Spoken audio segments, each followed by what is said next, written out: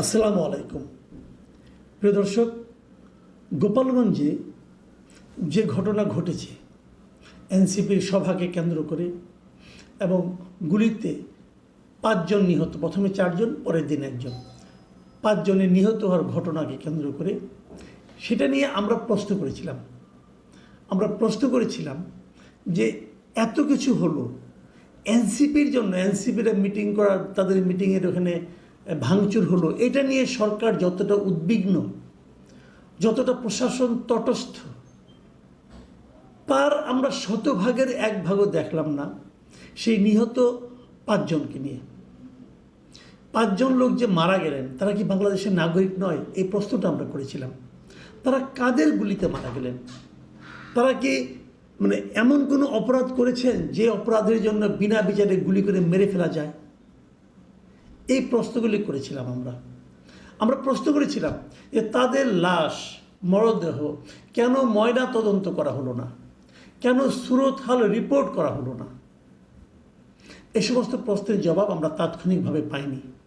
পরবর্তী সময়ে স্বরাষ্ট্র উপদেষ্টা অবশ্য বলেছেন যে প্রয়োজন হলে লাশ তোলা হবে ময়না তদন্ত করার জন্য। কিন্তু এই 4 জন যে যাদের লাশ আপনার শেষকৃত্য করা হয়েছে তাদের মধ্যে একজন ছিলেন হিন্দু। ওই হিন্দু ভদ্রলোকের লাশ তো দাহ হয়ে গেছে। এখন শ্মশান ঘাটে ওনার লাশ কী করবেন আপনি? ওই ছাই কি দিয়ে আবার নতুন করে ওনাকে বানানো যাবে, ময়নাতদন্ত করা যাবে? কাণ্ডজ্ঞানহীন লোকের হাতে যখন ক্ষমতা পড়ে যায় না, তখন এসব ঘটনা ঘটে।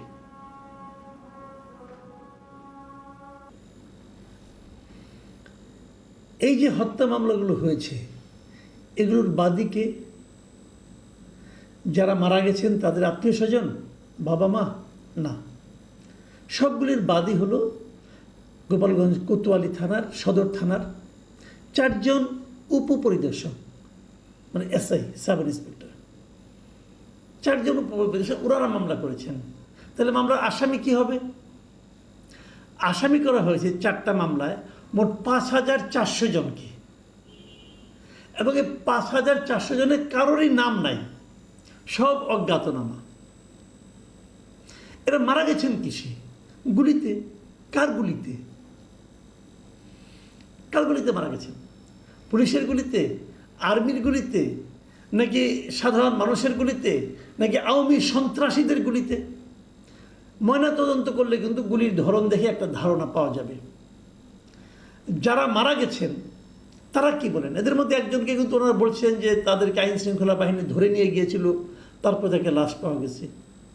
তাহলে এখানে 5400 জনকে যখন আসামি করা হয় তখন তো বোঝাই যায় যে আইন শৃঙ্খলা বাহিনীর কাউকে এর জন্য দায়ী করা হবে না। কিন্তু আলটিমেটলি তারা কেউ গুলি করেনি, আবার তারাই বাদী। তাহলে এই 5400 জনকে সাধারণ মানুষ, যারা গোপালগঞ্জে যারা আছে, যারা বিভিন্ন রাজনৈতিক দলের সঙ্গে জড়িত, অথবা আওয়ামী রাজনীতির সঙ্গে জড়িত, অথবা ছাত্রলীগের সঙ্গে জড়িত, তারা জড়িত থাকলেই হবে। মোটামুটি আশা করা যায় তাদের কেউ জান এখন হারাম হয়ে যাবে। তাহলে হলোটা কি হলো? তো এটা কিন্তু হচ্ছে। আমি আরও 2টো ঘটনা বলবো আপনাদেরকে। যে মামলাগুলো হয়েছে সেটা নিয়ে আর আলোচনা এখন আর বলে কী হবে। যতটুকু শোনা গেছে যে ওই লাশগুলো নাকি ময়নাতদন্ত করা হবে, যে 3টা আছে, আর যেটা নাই সেটা তো গেল নাই, ওটা তো আগুন দিয়ে পুড়ে দেওয়া হয়েছে। এখন এই বিষয়টা নিয়ে সাংবাদিক ডেভিড বার্গম্যান, আপনি নিশ্চয়ই ডেভিড বার্গম্যানের নাম শুনেছেন। কারণ আওয়ামী লীগ আমলে যখন আওয়ামী লীগ এই আপনার মানবতা বিরোধী অপরাধের জন্য ট্রাইব্যুনাল করেছিল, সেই ট্রাইব্যুনালের বিচার প্রক্রিয়া নিয়ে কিন্তু ডেভিড বার্গম্যান অনেক প্রশ্ন করেছিলেন। সেই অপরাধে ডেভিড বার্গম্যানকে এদেশ থেকে মোটামুটি তাড়িয়ে দিয়েছিল আওয়ামী লীগের সরকার, হাসিনা সরকার। সেই ডেভিড বার্গম্যান আবার এই দেশে আছেন। এসে উনি আবার স্বাধীনভাবে কিন্তু অনেক বিষয়ে মন্তব্য করছেন, অনেক বিষয়ে প্রশ্ন করছেন। ডেভিড বার্গম্যান শুক্রবার দিন তার ফেসবুকে একটা পোস্ট দিয়েছেন, এবং সেখানে তিনি প্রথমে সিম্পলি দুটো প্রশ্ন করেছেন। একটা প্রশ্ন হলো যে গত বছর গত জুলাইয়ে যখন নাকি এই গণহত্যাগুলি চলছিল, হাসিনা সরকার গণহত্যা করছিল, তখন একটা স্বাধীন তদন্ত কমিটি গঠনের দাবি ছিল। ডেভিড বার্গম্যান বলেছেন যে গোপালগঞ্জের ঘটনায় কেন এখনো একটি স্বাধীন তদন্ত কমিটি গঠিত হয়নি, উনি জানতে চেয়েছেন। আর ওনার দ্বিতীয় প্রশ্নটা হলো যে ময়না তদন্ত কেন হলো না, ময়না তদন্ত ছাড়াই কেন এগুলো কবর দিয়ে দেওয়া হলো, অথবা সমাহিত করা হলো, অথবা শেষকৃত্য করা হলো, পুড়িয়ে দেওয়া হলো। দেওয়ার পর আমাদের তড়িৎ করবা মানে মিস্টার শফিকুল আলম, মানে প্রধান উপদেষ্টার প্রেস সেক্রেটারি, প্রেস সচিব, উনি আবার সিনিয়র সচিব, উনি ওনার ফেসবুকে ওই প্রশ্নগুলোর জবাব দিয়েছেন। এবং সেই জবাবটা কি উনি 1 নম্বর প্রশ্নের জবাব দিয়েছেন যে সরকার তো একটা তদন্ত কমিটি গঠন করেছে। আর দ্বিতীয় প্রশ্নটা উত্তরটা দিয়েছেন যে পরিবারের লোকেরা জোর করে লাশগুলি নিয়ে গেছে, অতএব এই জন্য ময়নাতদন্ত হয়নি। এরপর ডেভিড বার্গম্যান আবার মানে ওই শফিকুল আলমের প্রেক্ষিতে উনি প্রশ্ন করেছেন যে উনি ওনার জবাবটা পান নাই।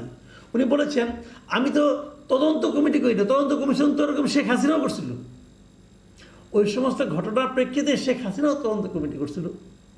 উনি বলছেন স্বাধীন তদন্ত কমিটি। স্বাধীন তদন্ত কমিটি মানে সরকারের প্রভাব মুক্ত একটা তদন্ত কমিটি।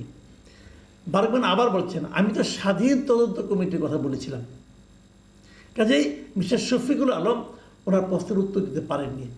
আর দ্বিতীয় যে উত্তরটা শফিকুল আলম দিয়েছেন ওটাকে মানে আপনার ডেভিড বার্গম্যান বিভিন্ন ঘটনার মাধ্যমে যেটা বলতে চেয়েছেন যে শফিকুল আলম মিথ্যা বলেছেন।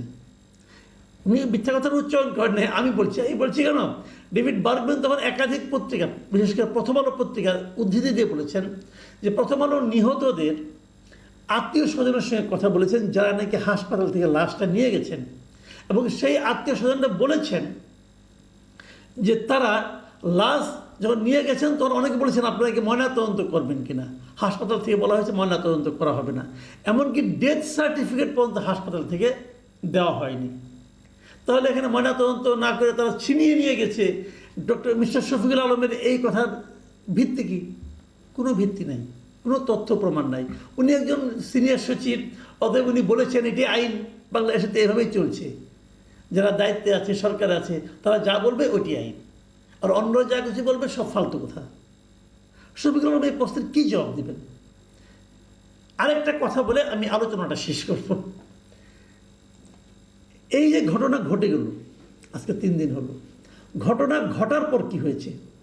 ওখানে কারফিউ জারি করা হয়েছে, তারপরে একদিন কারফিউ একটু শিথিল করা হয়েছিল 2-3 ঘন্টার জন্য, তারপর 144 যারা দাঁড়িয়ে আছে। তো এই যে বাস্তবতা, অনেকেই বলছেন যে গোপালগঞ্জকে একটা বিচ্ছিন্ন জনপদ, এখানে জন্ম নেওয়া কি কোনো অপরাধ? একসময় কিন্তু ছিল, হাসিনা আমলের এখানে জন্ম নেওয়া ছিল আশীর্বাদ, এখন সেটাকে অপরাধ হয়ে গেল। এখানকার মানুষের দুর্ভোগের যে বর্ণনা আমরা বিভিন্নভাবে পাচ্ছি, খুব ইন্টারেস্টিংলি এই দুর্ভোগের কাহিনী আমাদের মেইন স্ট্রিম মিডিয়া খুব একটা কভার করছে না। কেন করছে না?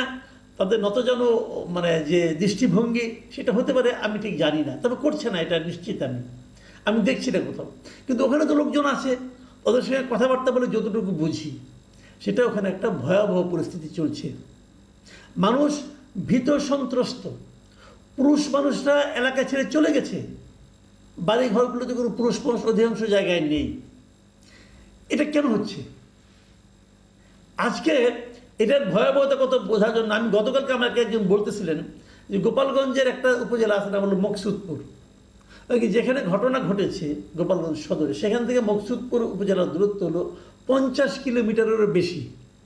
সে বলছে তাদের এখানেও গণহারে মামলা হচ্ছে।